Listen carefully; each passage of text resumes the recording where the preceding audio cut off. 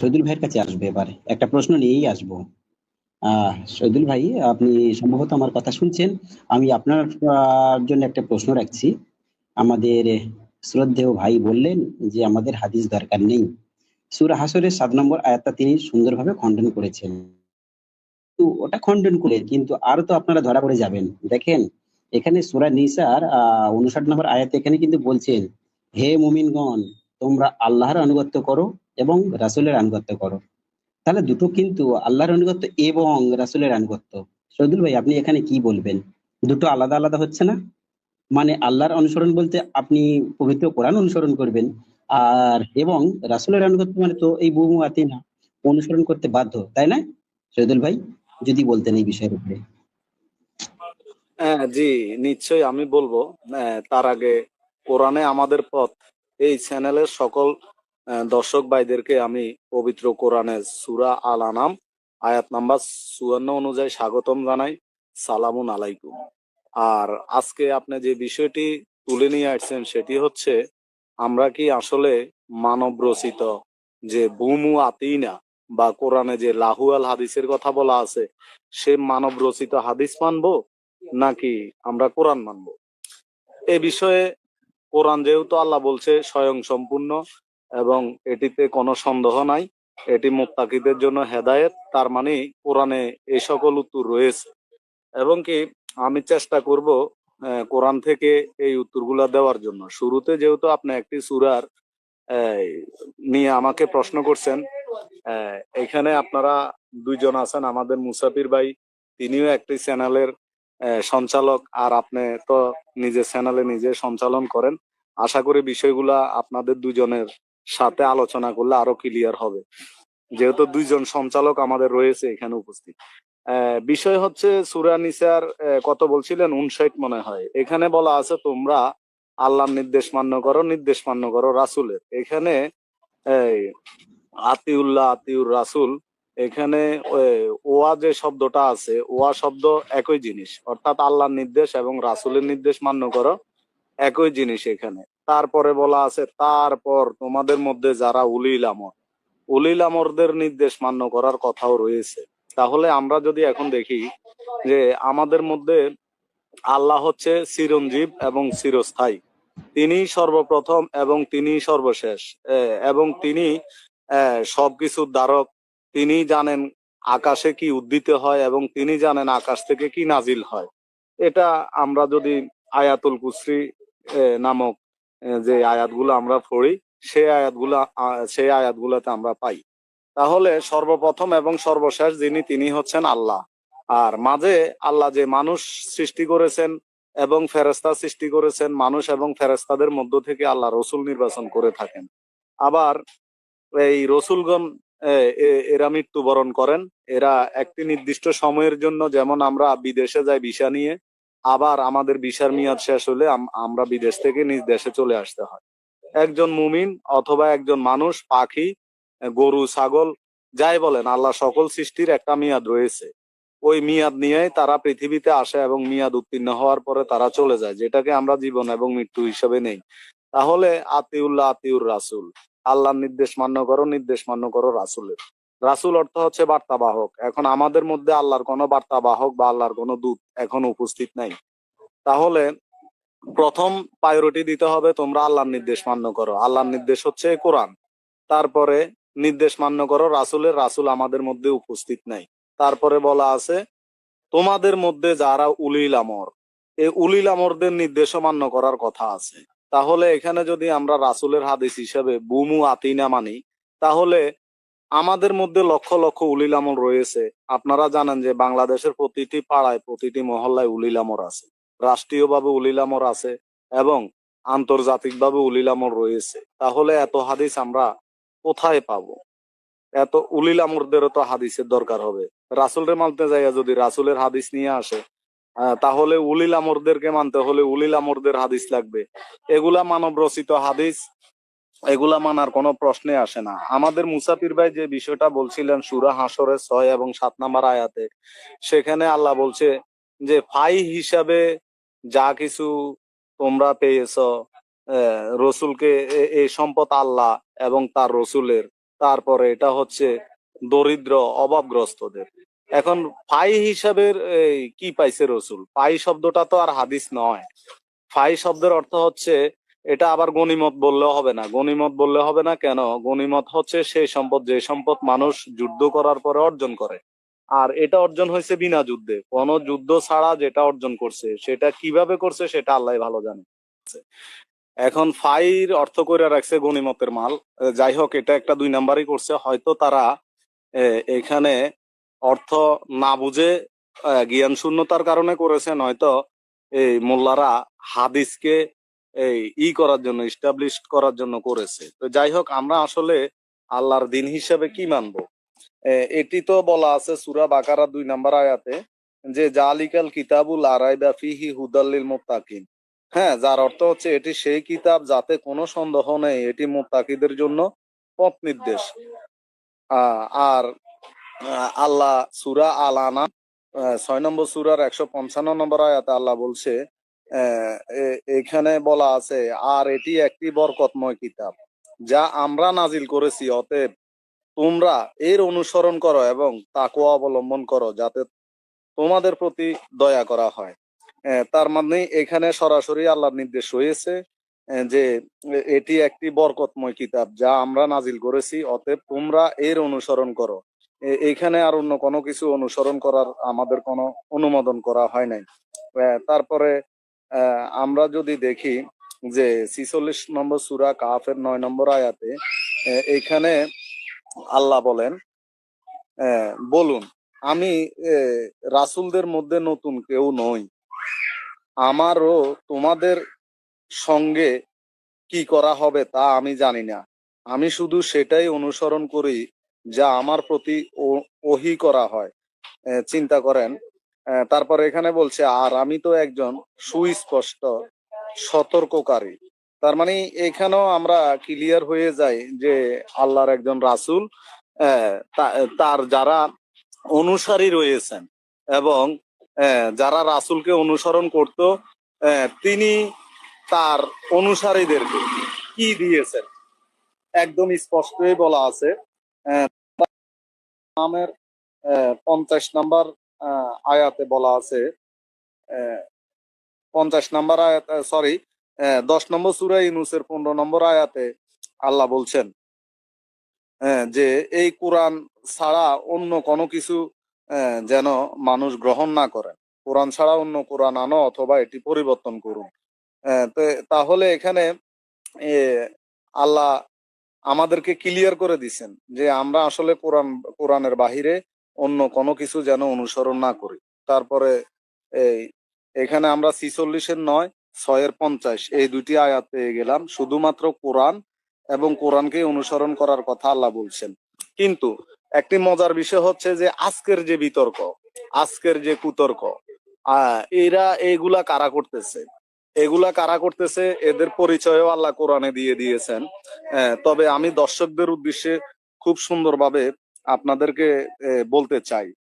সেটা হচ্ছে সূরা তওবা 9 নম্বর সূরা 33 নম্বর আয়াতে আল্লাহ বলছেন, তিনি সেই সত্তা যিনি তার রাসূলকে হেদায়েত ও সত্য বিধান সহ পাঠিয়েছেন, যাতে তিনি এটিকে সকল বিধানের উপরে বিজয়ী করেন। এই যে তিনি সেই সত্তা, আল্লাহ বলতেছে যে তিনি সেই সত্তা যিনি তার রসুলকে সত্য বিধান সহ পাঠাইছেন এবং তিনি এটিকে সকল বিধানের উপরে বিজয়ী করেন। তারপরে একই বক্তব্য আছে সূরা ফাতাহ 48 নম্বর সূরা 28 নম্বর আয়াত, তারপরে সূরা আস-সাফ 61 নম্বর সূরার 9 নম্বর আয়াত, এই একই বক্তব্য আছে। তারপরে 61 নম্বর সূরার 9 নম্বর আয়াতও একই বক্তব্য রয়েছে। তাহলে আল্লাহ চাচ্ছেন যে আল্লাহর যে বিধান, আল্লাহর যে দিন রাসূলের কাছে পাঠিয়েছেন, আল্লাহ চান যে এটিকে সকল বিধানের উপরে বিজয়ী করার জন্য। তারপরে এটাকে বিজয়ী হতে কারা দেয় না? কারা এর বিরোধিতা করে? কারা বিরোধিতা করে তার পরিচয় আল্লাহ কোরআনে তুলে ধরেছেন 9 নম্বর সূরা এই তওবার 34 নম্বর আয়াতে। দেখুন পরের আয়াতে আল্লাহ বলতেছে যে যারা ধর্মবিদ আছে, যারা পণ্ডিত আছে, যারা সংসার বিরাগী আছে, তারা আল্লাহর এই দিনকে, আল্লাহর এই বিধানকে মানতে বাধাগ্রস্ত করে। তাহলে আজকে এই যে আল্লাহর দিন নিয়ে আমাদের যিনি সঞ্চালক সম্মানিত এই চেঙ্গিস খান ভাই বা অন্য অন্য যারা আল্লাহর দিন নিয়ে কথা বলতেছেন, আপনাদেরকে যারা বাধা দিবে এরা কারা? এদের পরিচয়টা কিন্তু হাজার বছর আগে কোরআনে চলে আসছে। এরা কিন্তু মানুষের সম্পদ অন্যায়ভাবে খায়। তারা সংসার বিরাগী, তারা হচ্ছে পণ্ডিত। এদের পণ্ডিত্যের সাথে আপনি কখনো পারবেন না। এই কারণে পারবেন না, তারা বলবে যে বালাগাল হুলা বিজ্ঞ মালি হাসানাতুজ জামিয়া খিসু আলী সল্ল আলাইহি আলী, এমন ভাবে পাঠ করবে মনে হয় যে এটা আল্লাহর কিতাব থেকে পাঠ করতেছে। আল্লাহর কিতাব জানে না এমন মানুষের সামনে এভাবে পাঠ করলে মানুষ ধরে নিবে যে এখানে আল্লাহর কিতাব পাঠ হচ্ছে, কিন্তু না, এখানে আল্লাহর কিতাব পাঠ হচ্ছে না, এখানে পাঠ হচ্ছে শেখ সাদি সাহেবের, শেখ সাদি নামে যে একজন কবি আছে তার কবিতা পাঠ করা হচ্ছে। চিন্তা করুন, তারা আল্লাহর কিতাবকে বাদ দিয়ে তারা কবিতা পাঠ করে। তারপরে তারা মনে করেন দুরুদে ইব্রাহিম পড়বে যে ইন্নাল্লাহা ওয়া মালাইকাতাহু ওয়া কুতুবিহি, ইন্নাল্লাহা ওয়া মালাইকাতাহু, আল্লাহ এবং তার রাসূলগণ, হ্যাঁ, এই রসুলের উপরে সালাত করে। তো রসুলের উপরে সালাত করে কি এখানে এখানে করছে, এটা রসুলের উপরে রহমত বর্ষণ করে। ওই যে সালাত আরবি শব্দ, রহমত আরবি শব্দ, একটা দিয়ে আরেকটাকে ব্যাখ্যা করছে, কিন্তু এটা একদম দুই নাম্বারই। আল্লাহ এবং তার ফেরেশতাগণ রসুলের সাথে সংযোগ করে। তারপরে বলছে যে মুমিনরা যারা আছে তারাও রসুলের সাথে সালাত করে, তারপরে তার শহীদুল উপরে সালাম দেয়। জি, তাহলে এইখানে আমরা যদি দেখি যে আল্লাহ বলছেন সূরা বাকারার 185 নাম্বার আয়াতে যে রমজান মাস হলো সেই মাস যে মাসে আল্লাহ কোরআন নাজিল করেন মানব জাতির হেদায়েতের জন্য। ঠিক যেভাবে 2 নাম্বার সূরায় আল্লাহ বিষয়টি স্পষ্ট করছেন যে মানব জাতির হেদায়েতের জন্য আল্লাহ কি পাঠাইছেন, ঠিক তেমনি ভাবে আল্লাহর এই যে বিধান, এই বিধানকে সকল বিধানের উপরে বিজয়ী করার যে ইচ্ছা আল্লাহ প্রকাশ করছেন 9 নম্বর সূরা তওবা 33 নম্বর আয়াতে। আবার আল্লাহর এই বিধানকে যারা দমিয়ে দিতে চায়, যারা এটাকে থামিয়ে দিতে চায়, ওরা কারা, তাদের বর্ণনা দিয়েছেন আল্লাহ সূরা তওবার 34 নম্বর আয়াতে, যে যারা ধর্মবিদ, যারা পণ্ডিত, যারা সংসার বিরাগী। আসলেই তো যারা মানুষের সম্পদ অন্যায়ভাবে খায়। তাহলে আজকে যারা হাদিস হাদিস করে আমরা দেখি যে তারা সংসার বিরাগী। তারা হয়তো অন্যর স্ত্রী নিয়ে হোটেলে যায়, হ্যাঁ, অন্যর স্ত্রী নিয়ে রেস্ট হাউসে যায়, নয়তো মাদ্রাসার মধ্যে স্ত্রী রেখে ওই যে মাদ্রাসা ছেলেদের সাথে বলৎকার করে। তো একজন সংসারিক মানুষ তো এগুলা করতে পারে না, সে তো তার স্ত্রীর বাহিরে এই সমস্ত কাজগুলা সে করতে পারে না, তাই না?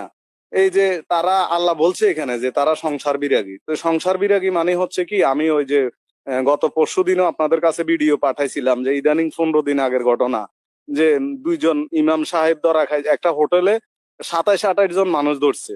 হ্যাঁ, এরা অন্যের স্ত্রীদেরকে নিয়ে আয়সা এখানে আমোদ প্রমোদ করতেছে। এর মধ্যে 2জন হচ্ছে ইমাম সাহেব। এখন ইমাম সাহেবরা নিজের মুখ ঢাকা দিয়ে রেখেছে, তারপরেও এখানে ভিডিওতে চলে আসছে যে ওরা কোন মসজিদের ইমাম এবং কে কোন মসজিদের খোতবা দিয়ে থাকেন, চলে আসছে। তার মানে এখানে আল্লাহ বলছে যে যারা সংসার বিরাগী, সংসার বিরাগী মানে হচ্ছে যে তারা অন্যর স্ত্রী নিয়ে হোটেলে যায়, তারা অন্যর স্ত্রীকে নিয়ে হোটেলে যায়, অন্যর স্ত্রী নিয়ে কক্সবাজারে যায়, এদেরকে বলা হয় সংসার বিরাগী। সংসার বিরাগী তারা যারা স্ত্রী রেখে মাদ্রাসার ছাত্রদের সাথে বলাৎকার করে। আল্লাহ কিন্তু পুঙ্খানুপুঙ্খ বলে দিছে। আমরা বন্দা যারা আছি, আমরা যদি কোরআনটাকে ভালোভাবে বুঝি আমরা বুঝে যাব। তারপরে বলছি কি, তারা মানুষের সম্পদকে অন্যায়ভাবে খায়। এখন দেখেন, তারা বলে যে মাজারে মাজারে যাইয়া ওই যে মহিষ দেওয়া হয়, গরু দেওয়া হয়, মাজারে মহিষ এবং গরু দেওয়ার কি দরকার, ফিস সাহেব তো মরে গেছে। আর এটা কোরআনের কথাও নাই, এগুলা বেদাত, এগুলা হারাম, এগুলা জাহান্নামের কাজ। কিন্তু আমি দেখতে পাচ্ছি যে বর্তমানে আমার নিজের গাড়িতে করে বেশ কয়েকজন মানুষ বিভিন্ন মাদ্রাসায় ছাগল নিয়ে গেছে, হ্যাঁ, বিভিন্ন প্রাণী নিয়ে গেছে। তারা মাদ্রাসায় এগুলা বৈশা বৈশা খাইতেছে। কিন্তু সূরা বাকারার 177 নম্বর আয়াতে আল্লাহ বলছে যে তুমি দান করো নিকট আত্মীয়কে, তুমি দান করো মুসাফিরকে, তুমি দান করো যারা তোমার কাছে সাহায্য প্রার্থনা করে তাকে। তাহলে এই যে মাদ্রাসায় বসে বসে তারা এগুলা খাচ্ছে, তারা কি আসলে যে যার থেকে দানটা তিনি গ্রহণ করতেছেন তার কি নিকট আত্মীয়? উত্তর হবে না। তার মানে নিকট আত্মীয় না হলে তিনি এই দানটা নিতে পারেন না। ওই ব্যক্তি মূর্খতা বশত অজ্ঞান বশত দিতেছে, সে কোরআন জানে না। আপনি কোরআন জেনে এটা কিভাবে খাচ্ছেন মাদ্রাসায় বসে? ভাই আমি জি। আপনাকে একটু হেল্প করব, আপনার কথার প্রুফটা আমি একটু ভিডিও আকারে একটু দেখাই, আবার আপনি আলোচনা করেন 1 মিনিট।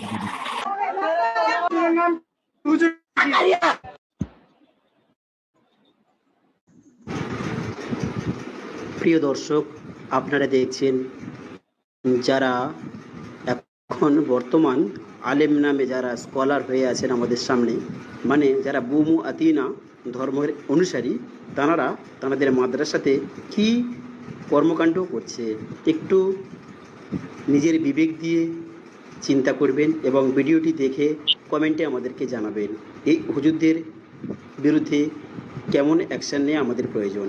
ভিডিওটি আমরা সম্পূর্ণ দেখি ইনশাআল্লাহ। ও সব ছাত্র অত্যাচার করে সব দেখছে কি করছে কত মারছে হুজুরে তারপরে কি বললে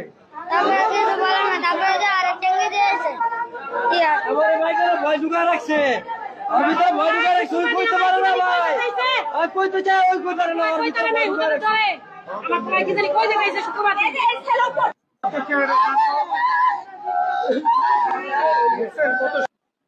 আপনি জানি না ভারতে বিষয়টা কিভাবে আসে ইউটিউবে, তবে আমাদের বাংলাদেশে যদি আপনি শুধু বলৎকার লেখে যদি ইউটিউবে চার্জ দেন, দেখবেন কয়েক হাজার কয়েক লক্ষ বলৎকার চলে আসছে। আর ওই বলৎকার গুলা সবগুলাই মাদ্রাসা শিরোনামে, এবং দেখা যাচ্ছে পুলিশ একজন মোল্লাকে হাত কড়া পড়াচ্ছে, নয়তো কলার চেপে ধরছে, নয়তো ভিডিওতে দেখা যাচ্ছে ওই মোল্লাকে।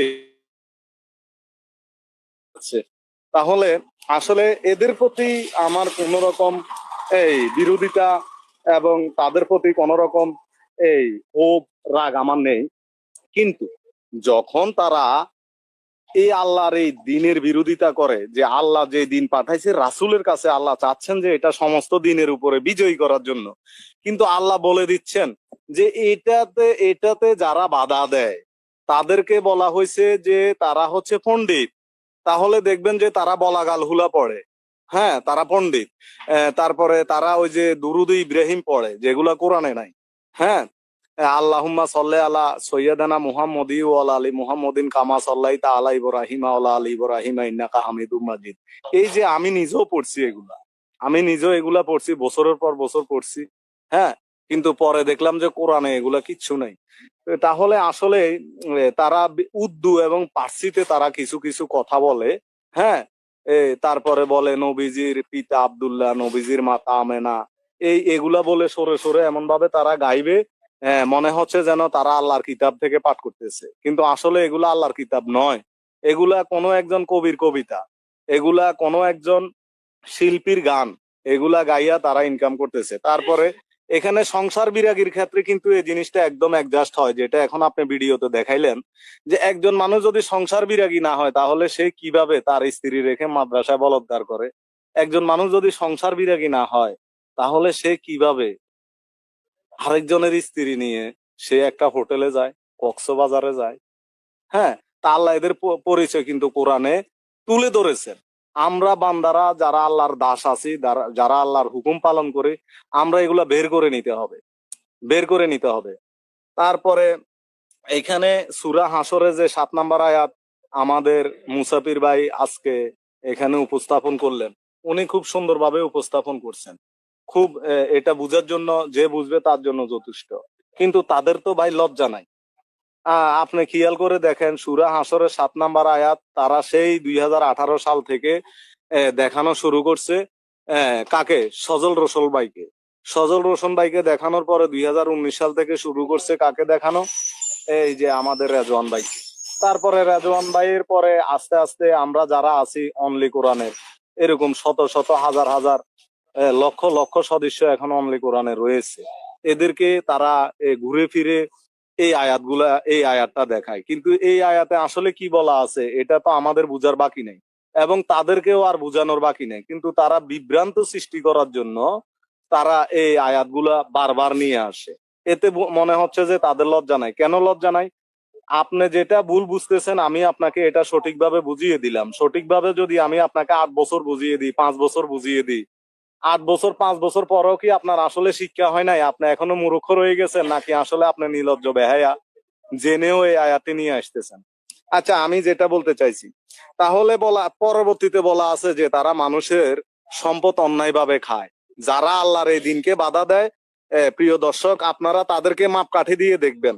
সূরা 9 নম্বর সূরা তওবার 34 নম্বর আয়াতের সাথে তাদের মাপকাঠি দিবেন, দেখবেন একটা না একটা মাপকাঠিতে তারা চলে আসছে।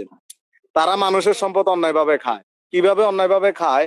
আল্লাহ বলছেন, যখন একজন মানুষ তার পবিত্র অবস্থায় যখন মৃত্যুবরণ করে, তখন আল্লাহর যারা রাসূল আছে, ওই ফেরেশতাদেরকে আল্লাহ বলছে রাসূল।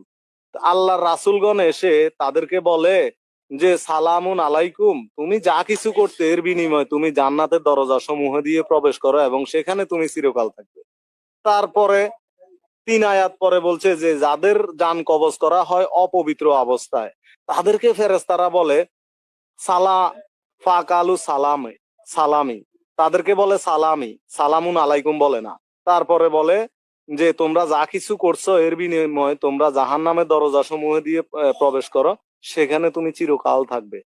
তাহলে একজন মানুষ সে কি বেহেশতে যাচ্ছে নাকি সে নরকে যাচ্ছে বা দোজকে যাচ্ছে, সেটা তার মৃত্যুর আগে ফয়সালা হয়ে যায় যখন তার জীবন থাকে। কারণ জীবিত ব্যক্তিকে রসুলরা এসে সালাম দেয়, আল্লাহর রসুলরা। আল্লাহর রসুল বলতে এখানে ফেরেশতা রাসূল, মাওলা রাসূলের কথা বলা আছে। তাহলে রসুলরা যখন তাদেরকে সালাম দেয় এবং তাদেরকে একটা সংবাদও দিয়ে দেয়, রসুলরা তো সংবাদ ছাড়া আসে না যে তুমি ব্যস্ত যাচ্ছ অথবা দোজকে যাচ্ছ, সেখানে বলা আছে যে তুমি সেখানে চিরকাল থাকবে। তাহলে এইভাবে স্পষ্ট আল্লাহর রসুলের পক্ষ থেকে, আল্লাহর পক্ষ থেকে বাণী আসার পরে তারা মানুষকে বেহেশতে পাঠানোর জন্য কবর জিয়ারাত আবিষ্কার করছে। ওইরা অন্যায় ভাবে যে ব্যক্তি মারা গেছে তার যারা আওলাদ রয়েছে তাদের থেকে টাকা নেয়, কবর জিয়ারাত করে তাকে বেহেশতে পাঠায়। আরে ভাই, তুমি নিজে বেহেশতে যাবে কিনা সেটা আগে দেখো, তোমার থলিতে কি আছে? তুমি আরেকজনকে বেহেশতে পাঠানোর জন্য টাকা নিয়ে দোয়া করতেছ। আচ্ছা, এরপরে তারা বলে তারা নাকি আল্লাহর রসুলকে অনুসরণ করে। এখন ভাই, আল্লাহর রসুলকে যদি অনুসরণ করা হয়, রসুলের বৈশিষ্ট্য তারা বলে যে রসুল না খাইয়া দিন কাটাইছে, একটা খেজুর 7 জনে ভাগ করে খাইছে, আর তোমরা গলা পর্যন্ত মাছ মুরগি এগুলা দিয়ে খাও। এটা কি রসুলের অনুসরণ হইলো? রসুল একজন প্রধানমন্ত্রী ছিলেন, তিনি একজন রাষ্ট্রনায়ক ছিলেন। তুমি কি রাষ্ট্রনায়ক হইতে পারছো? হইতে পারো নাই। রসুল রাষ্ট্রের যেই রাষ্ট্রে যেই পরিশ্রম করতেন রাষ্ট্রের জন্য, দেশের জন্য, ওই প্রজাতন্ত্রের জন্য, সেখান থেকে কোনো বেতন নিত না। আর তুমি ভাই একটা মাদ্রাসা চালাই, তুমি এখানে হাজার হাজার লাখ লাখ টাকা নিতেছো, ছাগল নিতেছো, গরু নিতেছো, হ্যাঁ, মুরগি হাঁস নিতেছো এতিমদের নামে নিয়ে। এতিমের কথা বলি না, ছাত্রদের কথা বলিনি, তোমার পেট পুরাও। তো রসুল তো এগুলা করে নাই। তাহলে ভাই তুমি কিসের রসুলের অনুসারী? আচ্ছা, তারপরে রসুল ছিল একজন খেটে খাওয়া মানুষ। ওরাই বলে যে রসুল নিজে খেটে খাইতো, এবং হাদিসে আছে যে রসুল 70টা তালে দিয়া জুব্বা গায়ে দিছে। রসুল নিজে জুতা নাকি নিজে শিলাইছে। তুমি নিজে জুতা শিলানো তো দূরের কথা, ফুরান হলে ফেলে দাও, আর নয়তো মুসিকে দিয়া শিলাও। রসুলের জীবনে 7টা তলোয়ার ব্যবহার করছে, তুমি কয়টা তলোয়ার ব্যবহার করছো? তুমি রসুলের অনুসারী। রসুল তোমরাই বলো জীবনে 46 বার যুদ্ধ করছে, তোমরা কয়বার যুদ্ধ করছো? তাহলে তোমরা রসুলের অনুসারী? তা এইগুলা তো ভাই ফাও কথা। আসলে রসুলের জীবনের সাথে তোমাদের জীবন মিলে না, এবং রসুলের নামে যে হাদিস তোমরা বাজারে ছাড়ি দিছ, এগুলা তোমাদের ব্যবসার জন্য। যদি মানুষ আজকে তোমাদেরকে টাকা না দেয়, তাহলে তোমরা তো এই ঈদুন নবী পালন করবা না। ঈদ মিলাদুন নবী পালন করো তো এই কারণে, কারণ প্রত্যেক পাড়ায় মহল্লায় কালেকশন হয়। এখানে 70-80 হাজার টাকা কালেকশন হলে মসজিদের জন্য 20,000 টাকা, 50,000 টাকা মোল্লাদেরকে ভাগ করে দেয়। এখন তোমরা ঈদে মিলাদুন নবীর জন্য জীবন দিতেছো, আসলে কি নবীর জন্য দিতেছে না ওই 50,000 টাকার জন্য? তাই নয় কি? তাহলে এই যারা বাধা দেয় তাদের পরিচয়টা একদম স্পষ্টভাবে আল্লাহ কোরআনে দিয়ে দিয়েছেন। আর যতজন বলবে যে আমি সুন্নি, আমি রসুলের অনুসরণ করি, তাহলে তার থেকে আগে রসুলের জীবনের কিছু কাহিনী জেনে নিবেন, দেখবেন এর একটাও সে পালন করে না। সে এর একটাও পালন করে না। রসুল জীবনে কখনো সিএনজি তে উঠে নাই, বাসে উঠে নাই, মেট্রো রেলে উঠে নাই, ট্রাকে উঠে নাই। তুমি কিভাবে উঠতেছ? তুমি কিসের রসুলের অনুসারী? রসুলের অনুসারী হইতে হইলে তো তুমি সারা জীবন পায়ে হাঁটতে হবে। তা এখন তোমার সুবিধা যেখানে, সেখানে তুমি রসুলের অনুসারী। আর তোমরা যে মাদ্রাসায় বলৎকার করো, এগুলা কার অনুসরণ করতেছো? আরেকজনের স্ত্রী নিয়ে কক্সবাজার, তারপরে বিভিন্ন হোটেলে ধরা পড়ো, এগুলা কার অনুসরণ? কারণ রসুল 25 বছর বয়সে একটা মহিলাকে বিয়ে করছে, তোমরা হাদিস দিয়া বলো ওই মহিলার বয়স ছিল 40 বছর। এখন কোন মোল্লায় 40 বছর বয়সী একটা মেয়ে বিয়ে করছে তার 25 বছর বয়সে? একজন মোল্লা দেখান সারা বাংলাদেশে, 50 বছর 200 বছরের ইতিহাসে একজনও আপনারা পাইবেন না। তাহলে ওরা 40 বছরে বিয়ে করে, 35 বছরে যাইয়া বিয়ে করে, এর আগে বলৎকার করে। তুমি 25 বছরে বিয়ে করো, 25 বছরে বিয়ে করবা, প্রথম স্ত্রীটা হইতে হবে তার বয়স হইতে হবে 40, এবং ব্যবসায়ী স্ত্রী হইতে হবে। রসুল যাকে প্রথম বিয়ে করছে তিনি ব্যবসায়ী ছিলেন। এখন তোমরা এমন স্ত্রী বিয়ে করতে ঘুরো যে মেয়ে কখনো ঘর থেকে বাইর হয় নাই, যে মেয়েকে আকাশ দেখে নাই, বাতাস দেখে নাই, এমন একজন মেয়ে বিয়ে করতে ঘুরো, তাই না? তারা হাদিস দিয়ে এগুলোই তো বলে। তাহলে ব্যবসায়ী স্ত্রী বিয়ে করো, তাহলে আমি মনে করবো বিয়ের ক্ষেত্রে তুমি রসুলের অনুসরণ করছো। 40 বছর বয়সী একটা ব্যবসায়ী স্ত্রী বিয়ে করছো 25 বছর বয়সে। হ্যাঁ, তারপরে নিজে যা খাটাখাটুনি করো দেশের জন্য, ধর্মের জন্য, দিনের জন্য, ওইটার কোনো বেতন নিবে না। জুতা সেলাই করে পড়ো, 50 তালি দিয়া জুব্বা গায়ে দিয়া বাইর হও, কোমরের মধ্যে তোমাদের থাকবে একটা তলোয়ার। জি, আমি মনে হয় বেশি সময় নিয়ে নিচ্ছি। আমাকে কেউ কিছু বলার থাকলে বলতে পারেন, আর নয়তো আপনারা বললে বলতে